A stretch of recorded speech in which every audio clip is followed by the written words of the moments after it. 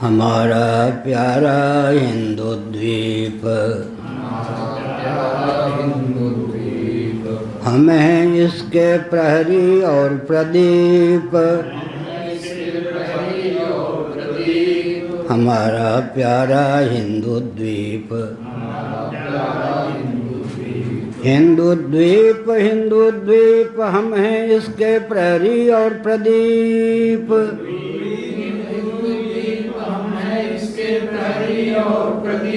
हमारा प्यारा हिंदू द्वीप, हम हैं इसके प्रहरी और प्रदीप। नारायण। नामापिते च मधुरं मधुरं स्वरूपं, कर्मापिते च मधुरं मधुरा स्मृतिश्च।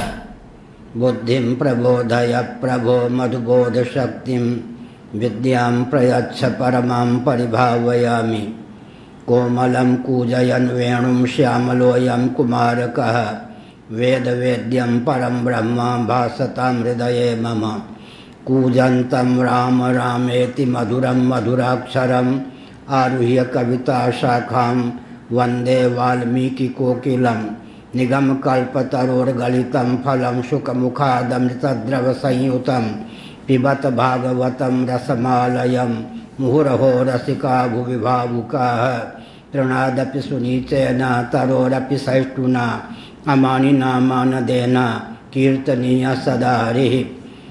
श्री राम जय राम जय जय राम। श्री राम जय राम जय जय राम। धर्म की जय हो, जय हो, अधर्म का नाश हो, प्राणियों में सद्भावना हो, सद्भावना हो, विश्व का कल्याण हो। गौ माता की जय हो, गो हत्या बंद हो, भारत अखंड हो।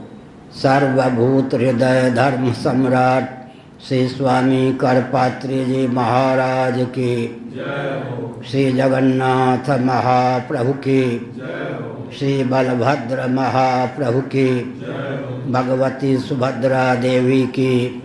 हर हर महादेव। गोविंद जय जय गोपाल जय जय। गोविंद जय जय गोपाल जय जय। राधा रमण हरि गोविंद जय जय।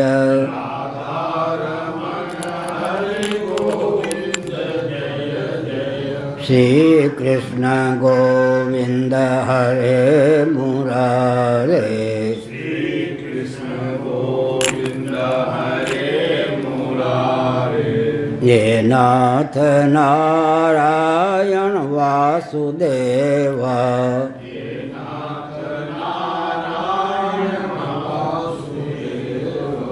गोविंद जय जय गोपाल जय जय।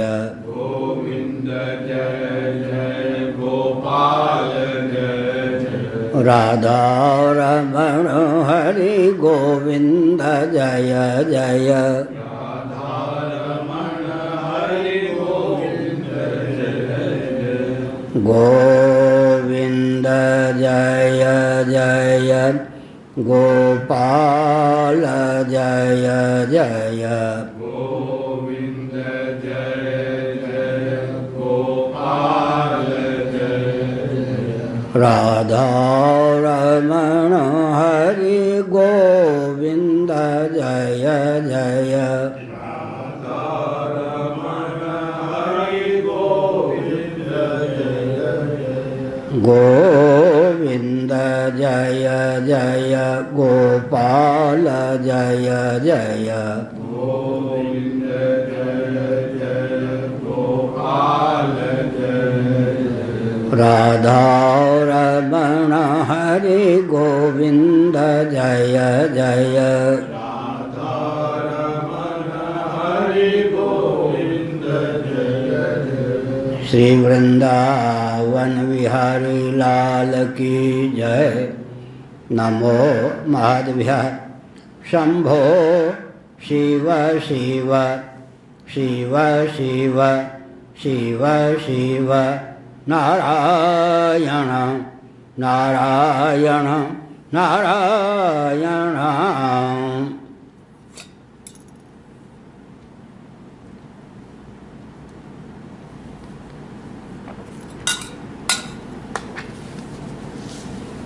आप महान भावों ने आस्था और अपनत्व पूर्वक इस पवित्र कार्यक्रम में सहभागिता का परिचय दिया है। भगवान श्री चंद्रमौलीश्वर की अनुकंपा के अमोघ प्रभाव से आप महान भावों का परम उत्कर्ष हो, ऐसी भावना है। सज्जनों, आपने वाल्मीकि रामायण आदि के आधार पर राजर्षि अम्बरीश इत्यादि का नाम सुना होगा। सप्तद्वीपा पृथ्वी के एक छत्र वे सम्राट थे।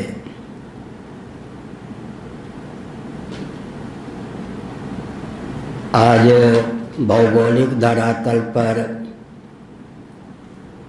क्षार सिंधु से वेष्टित भूभाग ही हमको सुलभ है। श्रीमद् भागवत, विष्णु पुराण आदि का अध्ययन करें तो शेष 6 द्वीप लुप्त हो चुके हैं। लुप्त होने का अर्थ है हमारी दृष्टि में वो क्षमता नहीं है कि उन द्वीपों का हम दर्शन कर सकें, उपयोग कर सकें। आधुनिक भूगोल के जानकार क्षार सिंधु से वेष्टित जो भूमि है उसी को 7 खंडों में बांट देते हैं, लेकिन विष्णु पुराण, श्रीमद् भागवत आदि का अनुशीलन करने पर हम डंके की चोट से कह सकते हैं कि 6 द्वीप हमारी दृष्टि से ओझल हो चुके हैं। इस संदर्भ में एक वाक्य में बोलना उचित समझता हूँ। साधना की प्रगल्भता से धीरे धीरे उसका अभिप्राय भी समझ सकते हैं। जब व्यक्ति के जीवन में वेदादि शास्त्र सम्मत कर्म उपासना का बल और वेग निम्न होता है या नहीं के बराबर होता है, तब दिव्य वस्तु और व्यक्ति के दर्शन की क्षमता उसके दृष्टि में नहीं रह जाती। इस पर विचार कीजिएगा। ज्यों ज्यों महायंत्रों का प्रचुर आविष्कार और प्रयोग होता है, त्यों त्यों दिव्य वस्तुएं और दिव्य व्यक्तियों का विलोप होना सुनिश्चित है। मनुस्मृति 1163 के माध्यम से भगवान मनु ने यह संदेश दिया था, महायंत्र प्रवर्तनम। महायंत्रों का प्रवर्तन और विशेषकर क्लिष्ट उपयोग करने पर दिव्य वस्तुओं का और व्यक्तियों का दर्शन दुर्लभ हो जाता है। केवल भगवान के संकल्प से दिव्य वस्तुएं और व्यक्ति बीज रूप में सन्निहित रहती हैं। व्यक्ति बीज रूप में दृष्टिगोचर होते हैं, वस्तुएं भी दिव्य बीज रूप में ही शेष रहती हैं। मैंने संकेत किया। उन दिनों रथ का युग था, हाथी का युग था, अश्व का युग था, पुष्पक यान इत्यादि गिने चुने व्यक्तियों के पास ही थे। लेकिन सप्तद्वीपा मेदिनी पर पृथ्वी पर एक छत्र राज्य किया। उसके सम्राट थे अम्बरीश इत्यादि। धीरे धीरे प्रज्ञा शक्ति, प्राण शक्ति का ह्रास हुआ। एक एक द्वीप के 9 खंड कर दिए गए और एक एक खंड के एक एक राजा हुए। समय को बचाने की दृष्टि से आज कहता हूँ, अब विकास का मापदंड यही रह गया है कि एक देश के 2-3 विभाजन कर दो और विभाजित देश में जो प्रांत हैं, एक एक प्रांत के 3-3 प्रांत को बना दो, 3-3 प्रांतों का रूप दे दो और अंत में एक एक जिला के भी 3-3 जिला बना दो। इसी का नाम आजकल विकास है। जबकि हम शास्त्रीय दृष्टिकोण से विचार करें तो इसका नाम ह्रास है। प्रज्ञा शक्ति, प्राण शक्ति में प्रतिक्षण ह्रास परिलक्षित है। उस ह्रास को रोकने के लिए हमको किन बातों पर ध्यान केंद्रित करना चाहिए या समझने की आवश्यकता है। मैं बृहदारण्यक उपनिषद के अनुसार बोल रहा हूँ, सावधान। जितने स्थावर और जंगम प्राणी हैं उनके जीवन का संचालन ज्ञान और कर्म के द्वारा होता है। तरुलता, गुल्म इत्यादि जो उद्भिज स्थावर नामक प्राणी हैं, भारत के सपूत ने, जगदीश चंद्र बसु महाभाग ने यांत्रिक विधा से भी इस तथ्य को सिद्ध किया। मनुस्मृति आदि में, ऋग्वेद आदि में इन्हें पहले से ही प्राणी उद्घोषित किया गया। जितने स्थावर जंगम प्राणी हैं उनके जीवन का आकलन करें तो ज्ञान और कर्म ही जीवन का संचालक होता है। बिना ज्ञान और कर्म के व्यवहार की संभावना नहीं की जा सकती। लेकिन बृहदारण्यक उपनिषद के अनुसार ज्ञान और कर्म के 2 भेद हो जाते हैं। केवल प्रत्यक्ष को प्रमाण मानकर तदनुकूल अनुमान तक सीमित रहकर जिनके जीवन में ज्ञान होता है, तदनुकूल कर्म होता है, वे देहात्मवादी, भौतिकवादी कहे जाते हैं। और बृहदारण्यक उपनिषद ने डंके की चोट से इस तथ्य को ख्यापित किया है कि वे धीरे धीरे असुर हो जाते हैं। देहात्मवाद ही असुर बनने का एक प्रकार से क्या है, कोष है। असुर कौन होते हैं? देहात्मवादी, प्राणोपलक्षित अनात्म वस्तुओं में जिनका रमण होता है। देह के नाश से जीवात्मा का नाश नहीं होता, देह के भेद से जीवात्मा में भेद की प्राप्ति नहीं होती। इस तथ्य में जिनकी आस्था नहीं होती है वे देहात्मवादी चेतना विशिष्ट शरीर को आत्मा मानते हैं। उनका जो ज्ञान होता है, कर्म होता है, सीमित होता है। जब हम वेदादि शास्त्र के आधार पर इस तथ्य को स्वीकार करते हैं कि देह के नाश से जीवात्मा का नाश नहीं होता, देह के भेद से जीवात्मा में भेद की प्राप्ति नहीं होती, तब हिंदू, आर्य, सनातनी, वैदिक कहने योग्य हम होते हैं। फिर से सुनिए, देह के नाश से जीवात्मा का नाश नहीं होता, देह के भेद से जीवात्मा में भेद की प्राप्ति नहीं होती। यह जो सिद्धांत है यही वेदोक्त कर्मकांड, उपासना कांड, ज्ञान कांड का जीवन है। वेदादि शास्त्र सम्मत कर्मकांड में किसकी प्रीति प्रवृत्ति हो सकती है? वेदादि शास्त्र सम्मत उपासना कांड में किसकी प्रीति प्रवृत्ति हो सकती है? वेदादि शास्त्र सम्मत ज्ञान कांड में किसकी प्रीति प्रवृत्ति हो सकती है?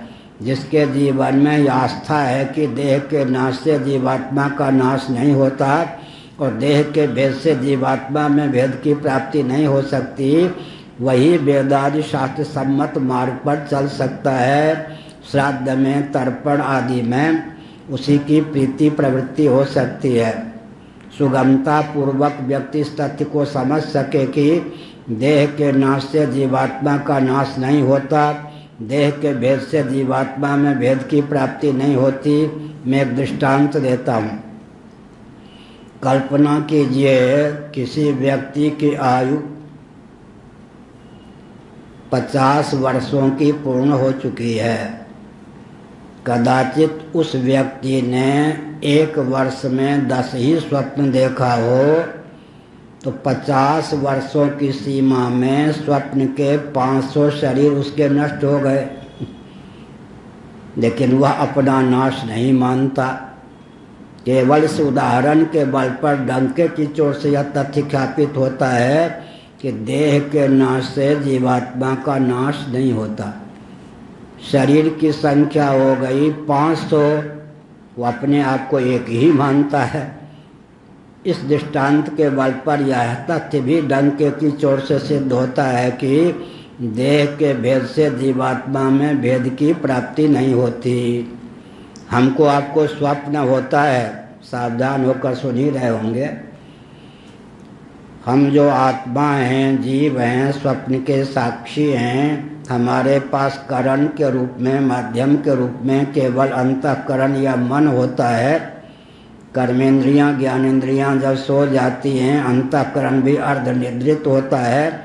वासना की प्रगल्भता और निद्रा दोष के वशीभूत अंतःकरण के द्वारा ही स्वप्न प्रपंच का दर्शन होता है। हमारा आपका अंतःकरण अर्थात मन कहें, बुद्धि कहें, चित्त कहें, अहंकार कहें, कुछ भी कह सकते हैं, वही स्वप्नावस्था में सकल प्रपंच का रूप धारण करता है। इसका अर्थ क्या हुआ?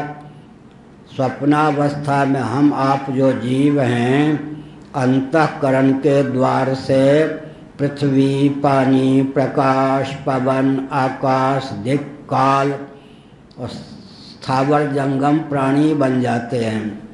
लेकिन स्वप्न में व्यवहार संपादन के लिए हमको जो शरीर प्राप्त होता है, हमारी धारणा हो जाती है अज्ञता के कारण मैं यही हूँ।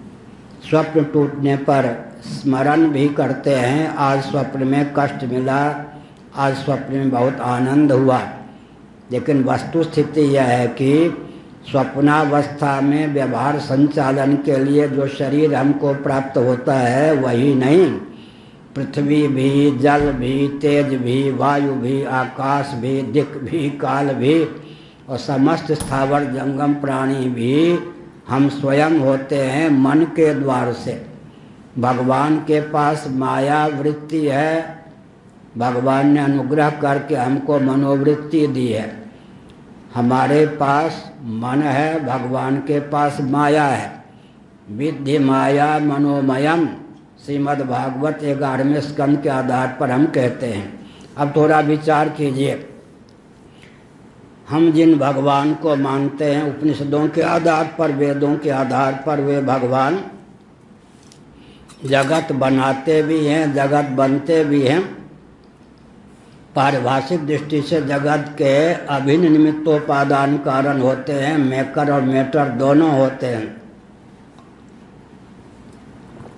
सावधान, किसी ज्ञानवान, इच्छावान, प्रयत्नवान, चेतन यांत्रिक मैकेनिक ने लोहा और प्लास्टिक नामक मेटर, धातु या पदार्थ को इस माइक नामक यंत्र का रूप प्रदान किया होगा।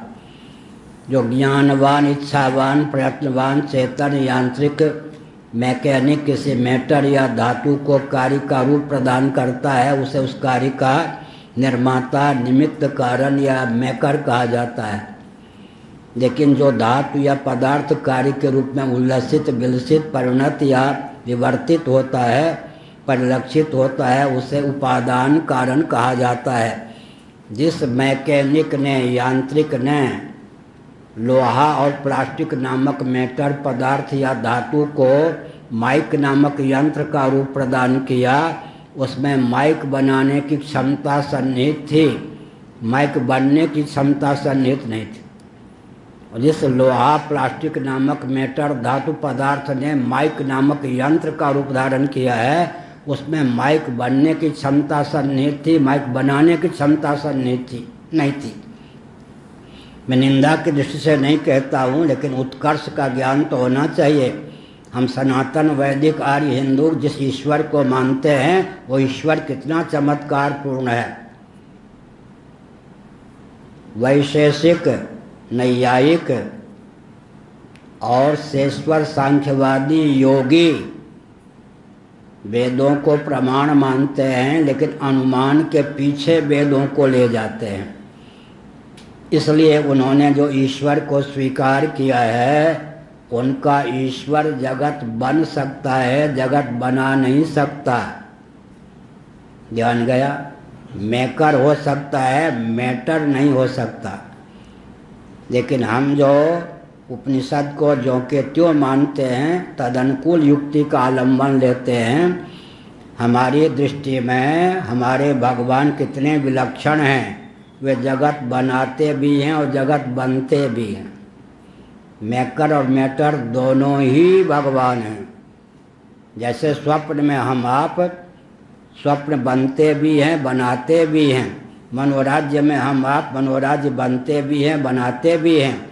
ऐसे हमारे भगवान अचिंत्य माया शक्ति के योग से स्वयं ही जगत बनते हैं, जगत बनाते भी हैं। तदैक्षत स इक्षां चक्रे सो कामयत बहुश्याम तदात्मानं स्वयं अकरुत बहु सर्वं खलविदं ब्रह्म। सिया राम मैं सब जग जानी, करहूँ प्रणाम जोर युग पानी। अब तक मैंने संकेत किया उपनिषदों के आधार पर हमको जिस प्रकार का ईश्वर प्राप्त है, भगवान प्राप्त है, या ब्रह्म प्राप्त है, या परमात्मा प्राप्त है, अन्य किसी वादियों को स्वप्न में भी वैसा ईश्वर सुलभ नहीं है। हमारा ईश्वर जगत बनाता भी है और जगत बनता भी है। ऐसी मिट्टी की कल्पना कीजिए जिसको घड़े का रूप धारण करने के लिए, घट बनने के लिए कुम्हार या कुलाल की आवश्यकता न हो। ऐसे कुंभकार या कुलाल की कल्पना कीजिए जिसे घट बनने के लिए मिट्टी की आवश्यकता न हो। वो घट कितना विलक्षण होगा, वो कुंभकार कितना विलक्षण होगा। हमारे ईश्वर ही इतने अद्भुत हैं कि वो जगत बनाते भी हैं, जगत बनते भी हैं। इसीलिए हम छांदोग्य श्रुति के आधार पर डंके की चोट से कहते हैं सर्वम खल्विदं ब्रह्म। निस्संदेह यह सब ब्रह्म है। प्रत्येक व्यक्ति और वस्तु के रूप में हमारा भगवत तत्व, परमात्मा तत्व ही उल्लसित है। इसीलिए छांदोग्य श्रुति ने, ईशावास्योपनिषद ने डंके की चोट से कहा तत्र को मोह का शोक एकत्व अनुपस्थितः। तुलसीदास जी ने कहा सिया राम मैं सब जग जानी, उमा जे राम चरण रत विगत काम मद क्रोध, निज प्रभु मैं देखें जगत कासन करें विरोध। जब हम सबको भगवत स्वरूप मानते हैं, वासुदेव सर्वम, यह हमारी धारणा है, भावना है, तो हमारे हृदय में राग द्वेष को स्थान मिल ही नहीं सकता है, संकीर्णता को स्थान मिल ही नहीं सकता है। इसलिए हमने संकेत किया वसुधैव कुटुंबकम सर्वम खलिदम ब्रह्म। यह जो हमारा उदात्त सिद्धांत है, वसुधैव कुटुंबकम, उदार चरिता नाम तो वसुधैव कुटुंबकम महोपनिषद का वचन है सज्जनों, ये भी उपनिषद का वचन है। सर्वे भवन्तु सुखिनः सर्वेषां मंगलम भूयात्। गरुड़ पुराण के अंतिम अध्याय का अंतिम श्लोक है यह। सर्वे भवन्तु सुखिनः सर्वे सन्तु निरामयाः सर्वे भद्राणि पश्यन्तु मा कश्चित् दुःख भाग भवेत्। दार्शनिक धरातल पर हमारा जो उदात्त सिद्धांत है, इसका अनुकरण करना भी औरों के लिए कठिन है। हमने एक संकेत किया। तो अब तक के प्रवचन का सार निकला, वेदादि शास्त्र इस रॉकेट, कंप्यूटर, एटम, मोबाइल के युग में क्यों स्वीकार करने योग्य हैं। पहली बात तो ये है कि अगर वेदादि शास्त्रों को नहीं मानेंगे, उनके सिद्धांत का अनुगमन नहीं करेंगे, तो स्वाभाविक रूप से जो हमको ज्ञान और कर्म प्राप्त है वो इतना सीमित होगा जिससे हमारा जीवन भी परिष्कृत नहीं हो सकेगा और विश्व कल्याण का मार्ग तो अत्यंत सुदूर रहेगा। इसलिए जो भौतिकवादी होते हैं वो शोषक होते हैं, संकीर्ण मान्यता वाले होते हैं, क्योंकि वेदादि शास्त्रों के सिद्धांत को अपनाने पर ही हमको दिव्य ज्ञान और दिव्य कर्म करने का भाव प्राप्त होता है। ज्ञान में दिव्यता, कर्म में दिव्यता बिना वेदादि शास्त्र को प्रमाण माने संभव ही नहीं है। इसलिए हमने संकेत किया। एक संकेत करना उचित समझते हैं, हिंदुओं के जीवन में संकीर्णता न हो, उदारता के नाम पर दिशाहीनता न हो, दोनों में सामंजस्य की आवश्यकता है।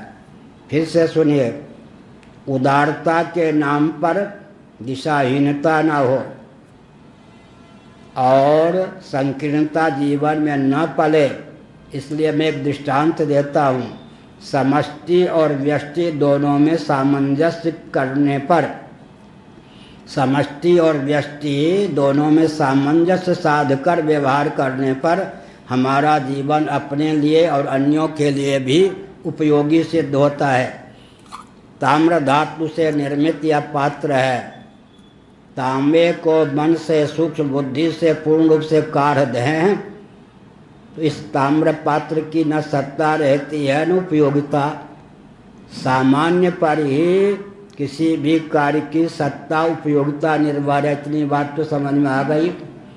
लेकिन ताम्र धातु यदि पात्र का रूप धारण न करे, ताम्रकार यदि ताम्र धातु को पात्र का रूप प्रदान न करे तो तांबे का अधिक उपयोग न हो। इसका मतलब क्या है? सामान्य और विशेष दोनों के योग से जीवन में दिव्यता का उपयोगिता का संचार होता है। सामान्य का परित्याग कर देंगे या सामान्य की उपेक्षा कर देंगे तो सत्ता नहीं रहेगी, और विशेष का आलंबन नहीं लेंगे तो सामान्य की विशेष उपयोगिता नहीं रहेगी। हमारी सत्ता भी बनी रहे और हमारी उपयोगिता भी बनी रहे। इन दोनों बातों पर ध्यान केंद्रित करने पर विश्व स्तर पर हिंदुत्व का विकास हो सकता है। इसीलिए समय बचाते हुए हम संकेत करते हैं। अभी हिंदुओं में संकीर्णता क्यों है? बुरा न माने, कम्युनिस्ट तंत्र, क्रिश्चियन तंत्र, मुस्लिम तंत्र एक ही भूत होकर भारत, नेपाल, भूटान के हिंदुओं को निगल लेने के लिए तत्पर हैं। ये तो डंके की चोट से विश्व स्तर पर तथ्य सिद्ध है। लेकिन हम घुटना टेकने के लिए बाध्य क्यों हैं? इस पर विचार कीजिए ना, इस पर विचार कीजिए। इस पर विचार करने की आवश्यकता है। इन तंत्रों को इतना साहस क्यों हुआ? मैं एक संकेत करता हूँ। पांचों पांडव कोई आंसू पोंछने वाला नहीं था।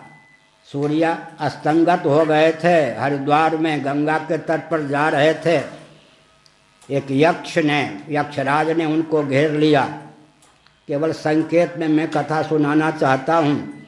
अंत में अर्जुन और यक्षराज का युद्ध हुआ। अर्जुन विजयश्री प्राप्त कर चुके, लेकिन विजयोत्सव मनाए बिना अर्जुन ने एक प्रश्न कर दिया, गंधर्वराज तुम हमारे मित्र हो गए हो, मित्र प्रवर, एक मेरे प्रश्न का उत्तर दो कि आखिर मुझ पांडवों पर आक्रमण करने का, हम पांडवों के मार्ग को अवरुद्ध करने का, हमारी गति को अवरुद्ध करने का साहस क्यों हुआ तुम्हें? कोई ना कोई हम में त्रुटि तुमने देखी होगी। बिना दुर्बलता के तुम ऐसा साहस नहीं कर सकते थे। भले ही मैं युद्ध में तुमसे जीत चुका हूँ, तुम पराजित हो, मैं विजयश्री प्राप्त कर चुका हूँ, लेकिन तुम्हारे हृदय में हमसे भिड़ने का, हमारे मार्ग को अवरुद्ध करने का जो साहस हुआ, उसके पीछे हमारी कोई न कोई दुर्बलता का दर्शन तुमने किया होगा। दो दुर्बलता का नाम लिया। समय बचाने के लिए केवल एक दुर्बलता की ओर संकेत करता हूँ। यक्षराज ने क्या कहा? हाँ, दो दुर्बलता। एक तो गुरुकुल की शिक्षा पूर्ण करने के बाद भी तुमने विवाह नहीं किया है। अनाश्रमी हो, किसी आश्रम में प्रतिष्ठित ना हो, यह दुर्बलता। सन्यासी हो नहीं, गुरुकुल की शिक्षा प्राप्त हो चुकी, क्या करते? कोई आंसू पोंछने वाला नहीं था। विवाह कराता तो कौन कराता? विपत्ति के मारे हुए थे। और विपत्ति के मारे हुए क्या थे? उज्ज्वल इतिहास की संरचना के लिए कष्ट झेलना ही पड़ता है। 5 पांडव कोई सामान्य थोड़े थे। कल भी मैंने बताया, परसों भी बताया कि आकाश के अधिदेव के अवतार ही युधिष्ठिर थे, वायु के अधिदेव के अवतार ही भीम थे, तेज के अधिदेव के अवतार ही अर्जुन थे, जल और पृथ्वी के अधिदेव के अवतार ही अश्विनी कुमार के अवतार ही नकुल और सहदेव थे। लेकिन परिस्थिति थी, उज्ज्वल इतिहास की संरचना करनी थी। दूसरा दोष यक्ष ने क्या बताया? तुम शत्रुओं पर विजयश्री प्राप्त करना चाहते हो, राज्यश्री से तुम च्युत हो, तुम्हारा कोई मार्गदर्शक तो है ही नहीं। बिना पुरोहित के, बिना मार्गदर्शक के, बिना गुरु के तुम खोई हुई संपत्ति को कैसे प्राप्त कर सकते हो? विजयश्री कैसे प्राप्त कर सकते हो? दुर्योधन इत्यादि पर उन्होंने कहा यह तो बहुत बड़ी कमजोरी है। तो बताइए, दक्षिणा के बल पर नहीं, एक वन में अकिंचन धौम्य ऋषि वृक्ष के नीचे तप कर रहे हैं, उनके पास जाओ, समर्पित हो जाओ। जब तुम्हारे मार्गदर्शक वो बन जाएंगे, पुरोहित बन जाएंगे, उनके मार्गदर्शन में तुम काम करोगे तो खोई हुई संपत्ति भी प्राप्त कर लोगे, शत्रुओं पर विजय भी प्राप्त कर लोगे। तो मैंने विषय चलाया था, कम्युनिस्ट तंत्र है, क्रिश्चियन तंत्र है, मुस्लिम तंत्र है, इनमें क्या ऐसी विशेषता है कि हिंदू इनके सामने घुटना टेकने के लिए बाध्य हैं। भारत में भी, नेपाल में भी, और पूरा बौद्ध तंत्र जैसा हो गया भूटान भी। उस कमी की ओर ध्यान दिलाना आवश्यक है और कमी को दूर करने का प्रयास भी आवश्यक है। हम कम्युनिस्ट होते हुए वामपंथी या दक्षिणपंथी हैं, समष्टि से अपने आप को कहीं न कहीं जोड़ के रखा है कम्युनिस्टों ने। ध्यान गया आपका? क्रिश्चियनों में बहुत से प्रभेद हैं, 1100 प्रभेद हैं, मुख्य रूप से 2 प्रभेद हैं। लेकिन हम क्रिश्चियन होते हुए अमुक ग्रुप के, अमुक वर्ग के क्रिश्चियन हैं। समष्टि को कहीं न कहीं पकड़ के रखा है। समष्टि के सहित व्यष्टि को पकड़ने के कारण कम्युनिस्ट हम पर विजयश्री प्राप्त कर रहे हैं। दार्शनिक जो भूल होती है ना, त्रुटि होती है ना, वो पराजय में हेतु बन जाती है। मैंने संकेत किया, बम गोले बारूद से हम इन तंत्रों पर विजय नहीं प्राप्त कर सकते शीघ्रतापूर्वक। प्रमाद जो है दर्शन शास्त्र की दृष्टि से, सिद्धांत की दृष्टि से हम में जो संकीर्णता आई है, उस संकीर्णता को दूर करने पर क्रिश्चियन तंत्र, कम्युनिस्ट तंत्र, मुस्लिम तंत्र पर हम सुगमता पूर्वक विजय प्राप्त कर सकते हैं बिना रक्त की नदी बहाए। मैंने संकेत किया, क्या संकेत किया? कम्युनिस्टों में सामान्य और विशेष दोनों में सामंजस्य कहीं न कहीं है। हम कम्युनिस्ट होते अमुक, कम्युनिज्म को लेकर हम कम्युनिस्ट होते हुए अमुक हैं, वामपंथी या दक्षिणपंथी। हम क्रिश्चियन होते हुए अमुक हैं। हम मुसलमान होते हुए, इस्लाम होते हुए क्या हैं? शेख सैयद मुगल पठान हैं। समष्टि के साथ उन्होंने व्यष्टि को पकड़ के रखा है किसी अंश में, इसलिए वो हिंदुओं पर भारी पड़ते हैं। ध्यान गया दिलीप जी का और पटेल जी का। समष्टि को कहीं न कहीं उन्होंने पकड़ के रखा। और हिंदुओं की क्या स्थिति है? समष्टि से कोई तालमेल ही नहीं है, तो सबसे दुर्बल हिंदू क्यों हैं? जनसंख्या में भारत हो, नेपाल हो, अधिक होने पर भी हिंदुओं की दुर्बलता का मूल कारण क्या है? समष्टि हमारे जीवन में कहीं है ही नहीं। समष्टि के साथ व्यष्टि दोनों का सामंजस्य होने पर जीवन में बल और वेग की प्राप्ति होती है। मैंने उदाहरण दिया, ताम्र धातु का त्याग कर दिया पात्र, तो इस पात्र की सत्ता भी नहीं रहेगी, उपयोगिता भी नहीं रहेगी। लेकिन ताम्र धातु यदि पात्र का रूप धारण न करे तो ताम्र धातु की विशेष उपयोगिता नहीं होगी। सामान्य की विशेष उपयोगिता विशेष के कारण होती है और विशेष की सत्ता सामान्य पर निर्भर करती है। तो क्रिश्चियन तंत्र, कम्युनिस्ट तंत्र, मुस्लिम तंत्र को गाली देने से या लोहे डंडे से मानने वाले नहीं हैं। इनमें हमारी अपेक्षा जो विशेषता है उसको समझकर उससे अधिक विशेषता अगर हम अपने जीवन में लाएंगे तो इन पर विजय प्राप्त कर सकेंगे।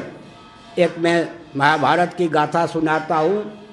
लाडला लाल था दुर्योधन, बहुत उदासीन। धृतराष्ट्र को पता चला, प्रज्ञा चक्षु थे, जन्मांध थे, फिर भी पता चला कि मेरा बेटा दुर्योधन बहुत खिन्न है, दुर्बल होता जा रहा है, गला जा रहा है। महाभारत शांति पर, बेटा तुम दुर्बल क्यों हो?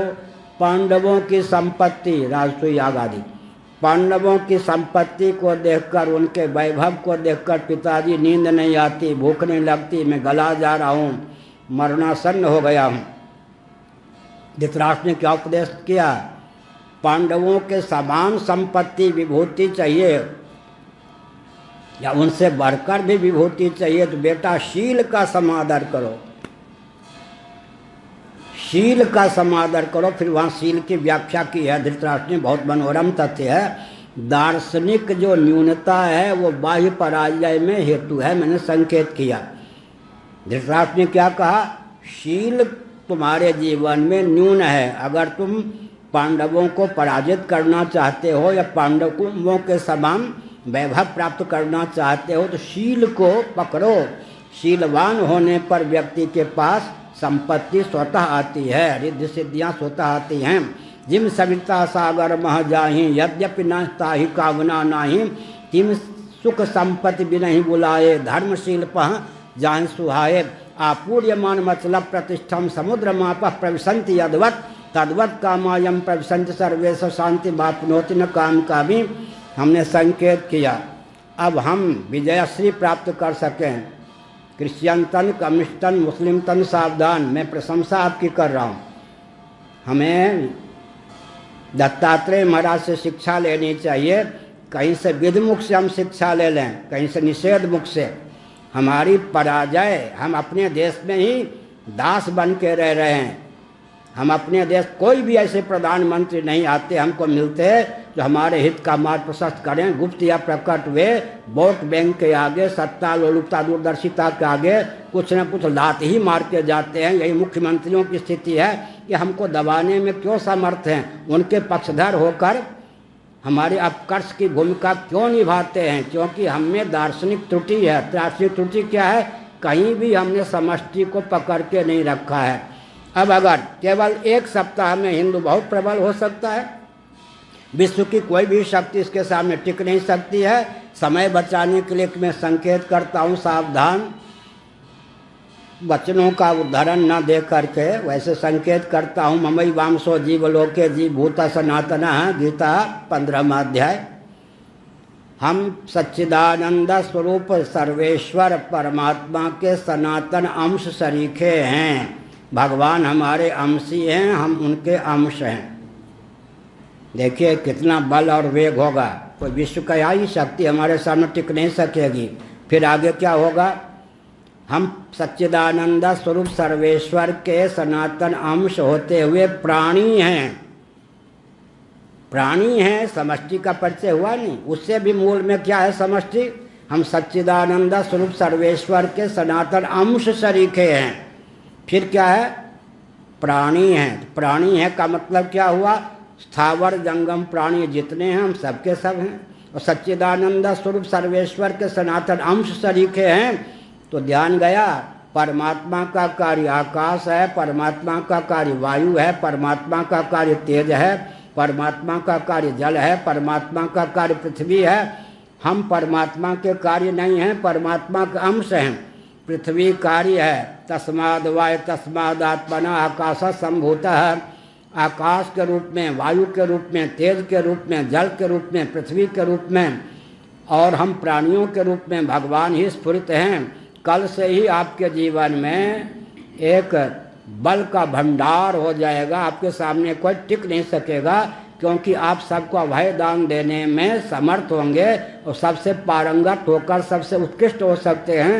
ये शक्तिपात की दीक्षा है। आपको मालूम होगा विश्व में जहाँ कहीं शक्तिपात की चर्चा होती है, इस पीठ के 142वें शंकराचार्य मधुसूदन सरस्वती महाभाग ने विमला जी की कृपा से शक्तिपात की दीक्षा का आविष्कार किया था। पुनः इस मठ के 143वें शंकराचार्य ने विश्व को वैदिक मैथमेटिक्स दिया था, भारतीय कृष्ण महाभाग ने।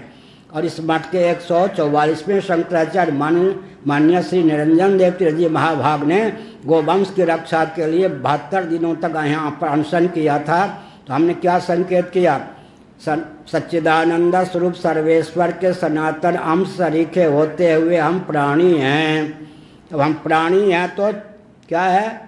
वृक्ष इत्यादि के प्रति भी हमारा अपनत्व होगा, चींटी चिड़िए के प्रति भी हमारा अपनत्व होगा, चमगादड़ के प्रति भी, गीध के प्रति भी, किसी के प्रति अन्याय की भावना का उदय नहीं होगा। फिर प्राणी होते हुए मनुष्य हैं।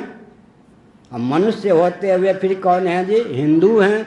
हिंदू होते हुए ही हम ब्राह्मण हैं, क्षत्रिय हैं, वैश्य हैं, शूद्र हैं, स्त्री हैं, पुरुष हैं, जो भी ले सकते हैं। और फिर ब्राह्मण होते हुए कानिकुब्ज हैं, मैथिल हैं, क्या सनाड्य हैं इत्यादि सरयू पारिन हैं। अब हिंदुओं की दुर्दशा क्यों हो रही है? समष्टि को कहीं से पकड़ के नहीं रखा। उनसे हम ऊपर हो गए या नहीं? हम कम्युनिस्ट होते हुए अमुक खेमे के हैं, लेकिन वो ये नहीं सोचते कि हम प्राणी होते हुए मनुष्य हैं, मनुष्य होते हुए कम्युनिस्ट हैं, उनसे हम प्रबल हो जाएंगे या नहीं? क्या पटेल जी, एक सप्ताह में हिंदू इतने उद्दीप्त हो जाएंगे, सबको अभय दान दे करके सबसे ऊपर पहुंच जाएंगे। कम्युनिस्टों से ऊपर पहुंचने की विधा क्या? एक सप्ताह में पूरा हिंदू कम्युनिस्टों से ऊपर उठ सकता है? हम कम्युनिस्ट हैं, इसके मूल में फिर हम मनुष्य होते हुए कम्युनिस्ट हैं, ये मान्यता उनमें नहीं है। प्राणी होते हुए मनुष्य हैं, ये मान्यता उनमें नहीं है। परमात्मा को मानते नहीं, परमात्मा का अंश होते हुए प्राणी हैं, प्राणी होते हुए मनुष्य हैं। इतने अंशों में समष्टि की पकड़ न मुस्लिम तंत्र में है, न क्रिश्चियन तंत्र में है, और न कम्युनिस्टों के यहाँ है। लेकिन जब हम ऊपर से लेंगे, हम सनातन सर्वेश्वर परमात्मा के अंश सरीखे होते हुए प्राणी हैं, प्राणी होते हुए मनुष्य हैं, और मनुष्य होते हुए क्या है? हिंदू हैं, हिंदू होते हुए फिर ब्राह्मण क्षत्रिय वैश्य इत्यादि हैं। साथ ही साथ परमात्मा के परिवार के सदस्य हैं। परमात्मा का परिवार कौन है जी? पृथ्वी भी है या नहीं? पृथ्वी भी परमात्मा से अभिव्यक्त है, जल भी है, तेज भी है, वायु भी, आकाश भी है। तो पृथ्वी के प्रति हमारी तादात्म्यापत्ति होगी, जल के प्रति तादात्म्यापत्ति होगी, तेज के प्रति तादात्म्यापत्ति होगी, वायु के प्रति तादात्म्यापत्ति होगी, आकाश के प्रति तादात्म्यापत्ति होगी। पृथ्वी के अधिदैव, जल के अधिदैव, तेज के अधिदैव, वायु के अधिदैव, आकाश के अधिदैव के साथ हमारा संपर्क होगा। इसका मतलब हमने एक ढंग से बताया कि हिंदू हम कहते हैं, लेकिन सैद्धांतिक धरातल पर समष्टि और व्यष्टि दोनों में एकत्व साध करके हम व्यवहार करें। अब व्यष्टि की बात भी आ गई सामने। अब व्यष्टि से परहेज करेंगे तो समष्टि की उपयोगिता ही लुप्त हो जाएगी। एक ही ताम्रधात 50 रूपों में है या नहीं? तार भी है, लोटा भी है, गिलास भी है, ढक्कन भी है। इसका मतलब क्या है? समष्टि को अगर व्यष्टि का रूप नहीं देंगे, सामान्य को विशेष का रूप नहीं देंगे, तो सामान्य की उपयोगिता कुंठित हो जाएगी, और विशेष को सामान्य के साथ जोड़ के नहीं देखेंगे तो सत्ता पर ही आँच आ जाएगी। इसलिए हमने आज समय की सीमा, लगभग 9 बजने वाला है, एक संकेत किया। क्या संकेत किया? एक सप्ताह में ही अगर इन बातों पर ध्यान दिया जाए तो हिंदू सबको अभयदान देता हुआ इतना प्रबल हो जाएगा कि उसके सामने कोई टिक नहीं सकता। अब मैं संकेत करता हूँ।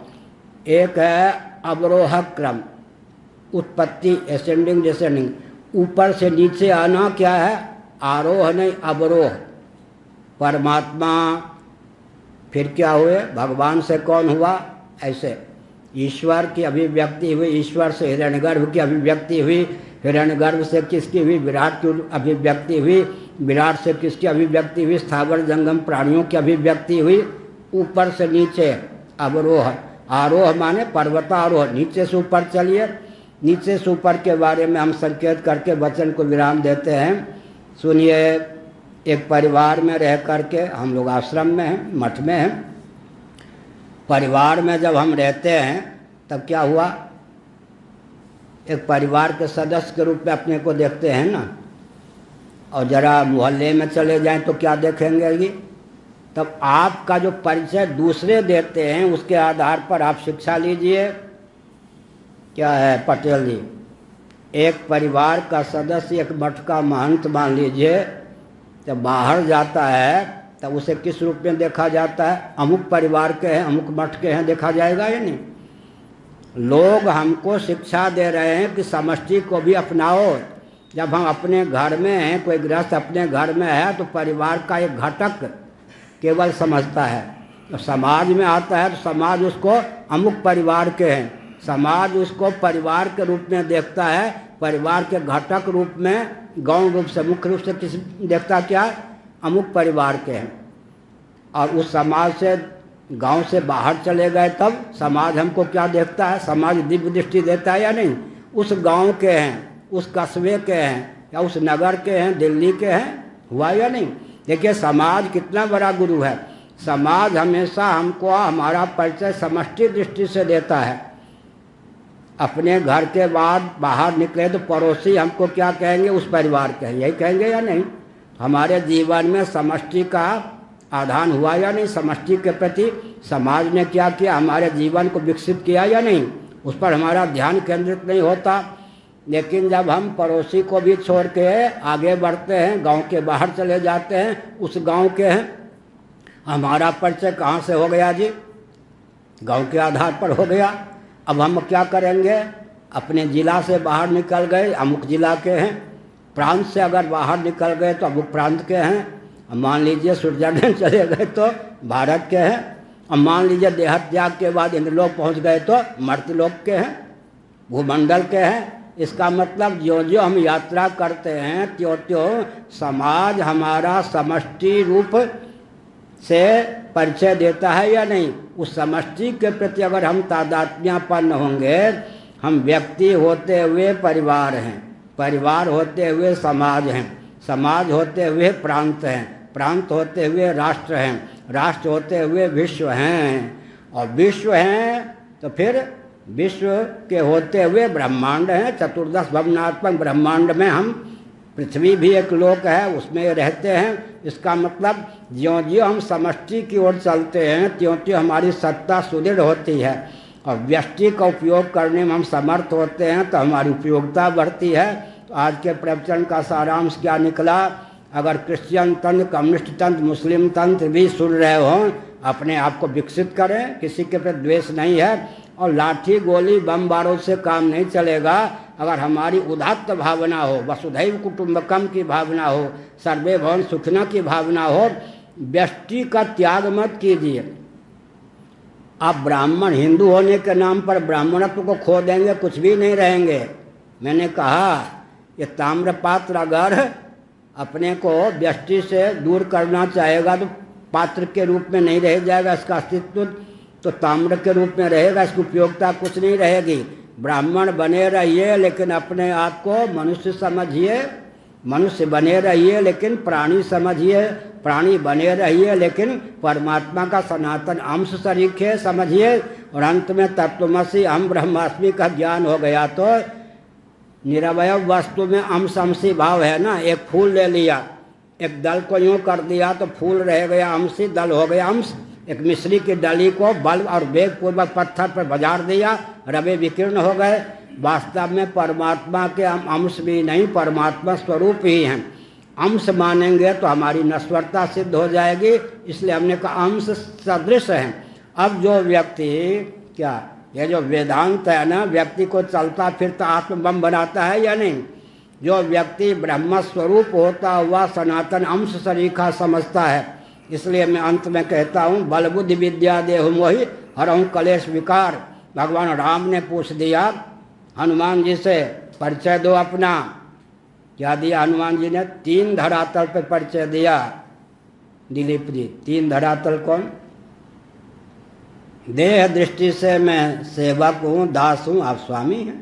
तू दयालु दीन हो, तुलसीदास जी विनय पत्रिका।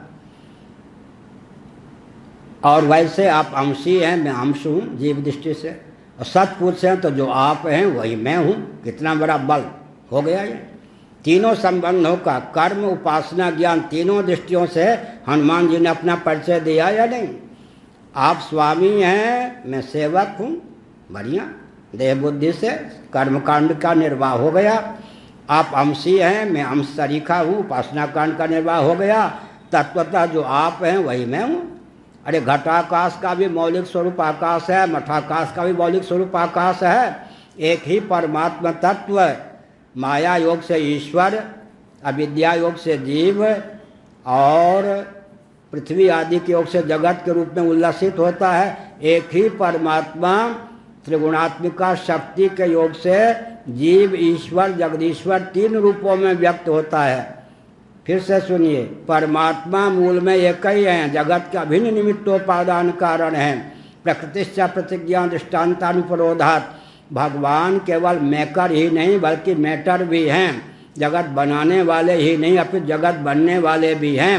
अगर इस प्रकार हम समझें तो क्या होगा सज्जनों? इस प्रकार समझने पर सार क्या निकलेगा? सर्वात्म भाव की सिद्धि हो जाएगी। सर्वात्म भाव की सिद्धि हो जाएगी तो फिर कितना बल और वेग प्राप्त होगा। हम अंतः सुख, अंतः आराम, अंतर ज्योति हो जाएंगे। और बाह्य स्पर्श से स्वशक्त आत्मा विन्दत्ति आत्मनि या सुखम स योगी ब्रह्मयुक्त आत्मा स योगी ब्रह्मभूतोधिगच्छति। इसका मतलब आज हमने वेदांत का जो बहुत रहस्य है जिससे हिंदुओं का परम उत्कर्ष हो सकता है, पतन का मूल कारण क्या है? व्यष्टि भी ठीक से नहीं है। हम ब्राह्मण हैं, ये व्यष्टि भाव है तो ब्राह्मणत्व का कहाँ अभिमान है? ब्राह्मणत्व का पालन भी कहाँ है ब्राह्मण धर्म का? आजकल व्यष्टि भी तो नहीं रह गए, व्यष्टि को भी हमने पकड़ के नहीं रखा, समष्टि तो हमसे बहुत दूर है। तो आज के प्रवचन का सारांश जो सुगमता पूर्वक याद रह सके, तत्वतः सच्चिदानंद ही हमारा आपका स्वरूप है, वही जगत का मौलिक स्वरूप है, वही जीव का मौलिक स्वरूप है, वही जगदीश्वर का मौलिक स्वरूप है। एक ही सच्चिदानंद स्वरूप परमात्मा अचिंत्य माया शक्ति के योग से क्या होते हैं? जीव जगत जगदीश्वर तीन रूपों में व्यक्त होते हैं।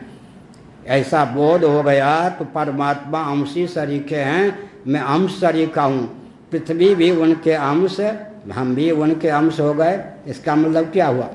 जीव जगत जगदीश्वर तीनों रूपों में सच्चिदानंद स्वरूप परमात्मा तत्व ही उल्लसित है। इस प्रकार का ज्ञान जिसके जीवन में होगा, करोड़ों एटम बम उसके सामने क्या करेगा? प्रहलाद के जीवन में यह ज्ञान था, देवर्षि नारद की कृपा से हिरण्यकश्यप के यांत्रिक मांत्रिक तांत्रिक सारे प्रकल्प प्रयोग नष्ट हो गए ने। मारन मोहन उच्चाटन किसी की दाल नहीं गली। तो हमने संकेत किया 15 दिन में 20 दिन में हिंदू पूरे विश्व में ऊपर उठ सकता है। कैसे उठ सकता है? इस ज्ञान का आलम्बन लेकर। तो फिर हमने कहा कम से कम इतना धारण करें, परमात्मा के अंश सरीखे होते हुए हम प्राणी हैं, प्राणी होते हुए मनुष्य हैं, मनुष्य होते हुए फिर क्या है? ब्राह्मण क्षत्रिय वैश्य शूद्र स्त्री पुरुष हैं। तो क्या होगा? व्यष्टि को अपनाए रखने पर क्या होगा? उपयोगिता हमारे जीवन में अधिक आएगी, और समष्टि को अपनाए रखने पर ऊर्जा का उदय होगा, और एक प्रकार से हम चलते फिरते आत्मबम हो जाएंगे। हमारी सत्ता को कोई आँच देने में समर्थ नहीं होगा, और अंत में हम सच्चिदानंद स्वरूप ही स्वयं को समझ लेंगे। सदा के लिए कैवल्य मोक्ष भी प्राप्त कर सकेंगे। आज के प्रवचन का सार क्या हुआ? क्यों इस रॉकेट कंप्यूटर एटम मोबाइल के युग में भी वेदादि शास्त्रों की उपयोगिता है, गीता रामायण की उपयोगिता है। इन शास्त्रों को नहीं मानेंगे तो देहात्मवादी बन के ही रहेंगे। और पटेल जी सुनिए, छांदोग्य श्रुति के 8वें अध्याय के आधार पर मैं बोल रहा हूँ। जितने भौतिकवादी होते हैं उनकी दुर्बलता हम लोग जानते हैं, इसलिए कोई भिड़ने का साहस नहीं करता। हम किसी को युद्ध का चुनौती नहीं देते, लेकिन हमसे कोई भिड़ने का विश्व में साहस नहीं करता। क्यों नहीं करता मालूम है? भौतिकवादियों की पोल पट्टी हमको मालूम है। पोल पट्टी क्यों मालूम है? 100 सुनार की तो एक लोहार की। पोल पट्टी क्या मालूम है? आपको भी मालूम हो जाएगी। जो भौतिकवादी होते हैं उनकी दृष्टि केवल वर्तमान तक सीमित रहती है। बात सच्ची है या नहीं? बरगला रहा हूँ क्या? जितने भौतिकवादी हैं उनका परिचय छांदोग्य श्रुति के 8वें अध्याय के आधार पर क्या है? वर्तमान तक भौतिकवादी की दृष्टि रहती है, न भूत न भविष्य। क्या हो गए फिर? परिच्छिन्न संकीर्णता की पराकाष्ठा। भौतिकवादी कभी उदार हो ही नहीं सकता है, क्योंकि भौतिकवाद का अर्थ ही होता है वर्तमान तक भौतिकवादियों की दृष्टि सीमित रहती है। जो वेदांत शास्त्र को नहीं स्वीकार करता उसकी दृष्टि इतनी संकीर्ण होती है, कोल्हू के बैल के समान, कि केवल वर्तमान तक उसकी दृष्टि रहती है। मैंने संकेत क्या किया? उस दिन आपने बहुत बढ़िया टिप्पणी की थी पटेल जी ने, कि विषय तो प्रहलाद का था, बोलने लगे विकास पर, हमको संबोधित करने के लिए ही ऐसा कहा गया। तो मैं संकेत क्या करता हूँ? ये भारत हो, जो भी देश हो, इनको ये राजनेता लोग विकसित करते हैं क्या है? केवल वर्तमान तक दृष्टि रख करके ही विकास की परिभाषा निर्धारित किए हुए हैं या नहीं? इसलिए इनके विकास के घर से विस्फोट निकल आता है। हमने क्या कहा? भौतिकवादियों की पहली दुर्बलता क्या है? ये वर्तमान तक सीमित रहते हैं। भौतिकवादियों की दृष्टि भूत और भविष्य पर जाती नहीं, अतीन्द्रिय पदार्थ पर जाती ही नहीं। दूसरी दुर्बलता भौतिकवादियों की क्या है? पहले दिन के प्रवचन में मैंने कहा था पहली दुर्बलता क्या हुई, वर्तमान तक भौतिकवादियों की दृष्टि सीमित रहती है। दूसरी दुर्बलता क्या हुई भौतिकवादियों की, ये भेद का सदुपयोग नहीं कर पाते। फिर से सुनिए, भेद का सदुपयोग नहीं कर पाते, निर्भेद परमात्मा तक पहुंचने की इनमें क्षमता नहीं होती। कोई भौतिकवादी है जो भेद का सदुपयोग कर सकता हो, पृथ्वी का सदुपयोग कर सकता है आज का भौतिकवादी, चाहे वो ट्रंप ही जी क्यों ना हो, भगवान के पास जल्दी स्वस्थ हो। जल का उपयोग ठीक से कर सकते हैं, तेज का उपयोग ठीक से कर सकते हैं, वायु का उपयोग ठीक से कर सकते हैं, आकाश का उपयोग ठीक से कर सकते हैं, अपनी प्रज्ञा शक्ति, अपनी प्राण शक्ति का उपयोग ठीक से कर सकते हैं। किसी भी भेद के सदुपयोग की क्षमता भौतिकवादियों में नहीं होती। पहली त्रुटि क्या है, वर्तमान तक भौतिकवादियों की दृष्टि सीमित रहती है। दूसरी त्रुटि क्या है, भेद का सदुपयोग नहीं कर सकते। तीसरी त्रुटि क्या है, निर्भेद परमात्मा तक अपने मन को पहुंचा नहीं सकते। इसका मतलब अगर हम वेदांत शास्त्र सम्मत ज्ञान और कर्म को अपनाते हैं तो हमारे जीवन में ऐसी दिव्यता आती है, समष्टि से एकीभूत हम हो जाते हैं कि सिद्धों के सिद्ध, पीरों के पीर, मस्तों के मस्त, औलियाओं के औलिया, फकीरों के फकीर, अवधूतों के अवधूत होकर विश्व में सर्वोत्कृष्ट स्थान को प्राप्त करते हैं। ये हमारे जो पूर्वज थे वो विश्वगुरु क्यों थे, इस ज्ञान के बल पर ना।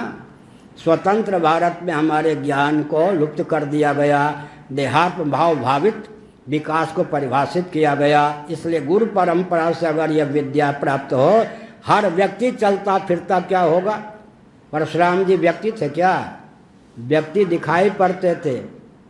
भारत के राष्ट्रपति केवल व्यक्ति होते हैं क्या, भारत के प्रधानमंत्री कुछ बोले हैं तो राष्ट्र बोलता है या नहीं, ट्रंप कुछ बोले हैं तो अमेरिका मानो बोलता है या नहीं। इसका मतलब क्या है, तयोर व्यष्टि समष्टिता, समष्टि से एकत्व जिसके जीवन में है वो एक घटक, एक व्यक्ति, एक यूनिट के रूप में दिखाई पड़ेगा, लेकिन उसके साथ समष्टि का विज्ञान होता, समष्टि रूप होता है, चलता फिरता वो समष्टि। एक उदाहरण देके प्रवचन विराम देता हूँ। शौनक महात्मा का नाम सुना होगा, उपनिषद की गाथा है। शौनक जी ने देखा एक तेजस्वी कोई ब्रह्मचारी आ रहा है, लगता है भूखा है, भोजन मांगेगा। रसोई यहाँ से संकेत कर दिया भोजन परोसने वाले से, वो ब्रह्मचारी अवश्य आकर के भोजन मांगेगा। मृदु शब्दों में मना कर देना, यूँ कर देना नहीं, वो कुछ बोलेगा, उसके बोलने से उसकी उपासना का हमको पता चल जाएगा। फिर बहुत ही स्नेहपूर्वक बैठाकर उसे भोजन पवाऊँगा। वो ब्रह्मचारी आया, ए भूखा हूँ, अन्न दो। भोजन परोसने वाले ने यूँ कर दिया। उसने कहा, अच्छा तुम्हारे दरवाजे से ये वैश्वानर निराश होकर लौट रहा है। वैश्वानर माने समष्टि अग्नि, उसमें तादात्म्यपन विराट पुरुष, वो व्यक्ति दिखता था या नहीं, व्यक्ति दिखता था। लेकिन क्या कहा, है तुम्हारे दरवाजे से यह जो ब्रह्मचारी है, क्या है ये वैश्वानर, तुम्हारे दरवाजे से वैश्वानर जा रहा है। अरे अरे आइए आइए, साफ वाप मत दीजिए, बैठिए। आपकी उपासना को समझने के लिए केवल ऊपर से मना किया गया था, आप कितने तेजस्वी हैं। तो सुनिए, विचित्र बात है या नहीं। अग्नि की उपासना करने वाला अपने आप को समष्टि अग्नि रूप समझता है, उसके सामने कौन टिक सकता है। हमारे व्यक्ति परशुराम जी एक थे, राम जी दिखाई पड़ते थे एक, कृष्ण भगवान एक, युधिष्ठिर एक थे क्या। इसका मतलब क्या, एक एक व्यक्ति जो होता है चलता फिरता समष्टि, चलता फिरता आत्मबम होता है। इसका नाम हिंदुत्व है। इस ढंग से हिंदुत्व को परिभाषित न करने के कारण क्या है, सब गड़बड़ हो गया। वर्णाश्रम का खंडन मत कीजिए। शिक्षा, रक्षा, अर्थ और सेवा के प्रकल्प सबको संतुलित रूप में प्राप्त रहें, इसलिए वर्णाश्रम की व्यवस्था की आवश्यकता है। लेकिन समष्टि से सुदूर अगर कर देंगे तो हमारा पतन हो जाएगा। आज के प्रवचन का सारांश, हम सनातन परमात्मा स्वरूप हैं, यह समझ में न आवे तो सनातन सर्वेश्वर सच्चिदानंद स्वरूप परमात्मा के अंश सरीखे होते हुए प्राणी हैं, प्राणी होते हुए मनुष्य हैं, मनुष्य होते हुए स्त्री पुरुष ब्राह्मण इत्यादि हैं। तो समष्टि और व्यष्टि दोनों में सामंजस्य साधिए, हिंदुओं का उत्कर्ष होगा, पूरा विश्व नतमस्तक होगा, आरती उतारेगा और हिंदू अपने मौलिक स्वरूप को प्राप्त होकर विश्व गुरु के स्थान पर प्रतिष्ठित होगा। नारायण।